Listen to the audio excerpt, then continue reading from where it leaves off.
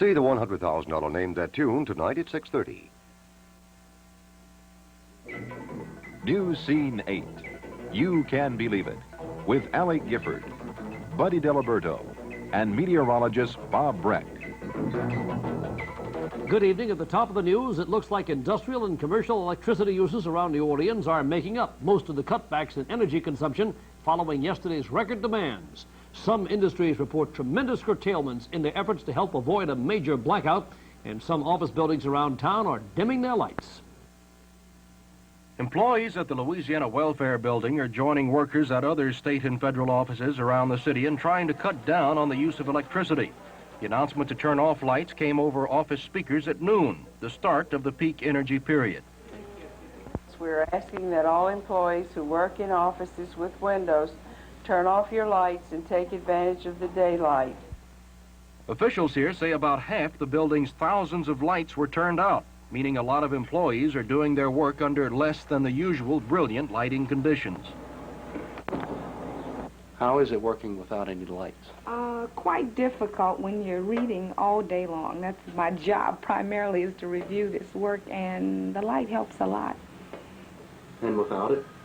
It's kind of difficult. My eyes get tired fast.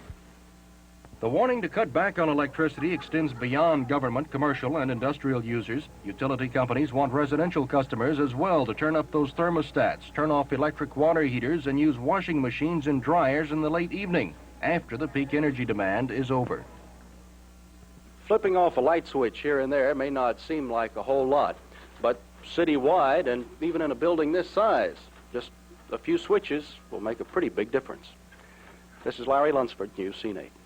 Officials also report that energy demands of Middle-South, which includes NOPSI and LP&L, dropped by about 3% today. They attribute that in part to the voluntary cutbacks and overcast skies. But the danger still isn't over. Officials say the request for voluntary cutbacks will remain in effect until further notice. Meanwhile, outside the Civil District Court building in New Orleans this morning, about 24 court employees staged a brief sit-out to protest the lack of air conditioning inside. It's not because of energy conservation. The air conditioning in the building and the police complex is simply out of order. City officials say parts are on the way. Cool air should be flowing by Monday. It is 2 weeks today that little Stephanie Hebert disappeared from her home in Wagaman. Investigators say the case has them baffled with no evidence of the child's whereabouts. If prayers, tears, or worry could locate little Stephanie Hebert, she would certainly have been found by now. There's been a lot of crying and praying in Stephanie's home. But unfortunately, the Jefferson Parish Sheriff's Office and the FBI have to work with hard evidence, and there's been precious little of that turned up in the 2 weeks that Stephanie's been missing. The FBI has collected 3 volumes of interviews and search reports, none of it leading to Stephanie. Special Agent in Charge Francis Mullins says almost all of the FBI agents in New Orleans have worked on the case at one time or another, and it is highly unusual that not one single piece of evidence has turned up. In the meantime, the vigil has been a long and painful one for Stephanie's family.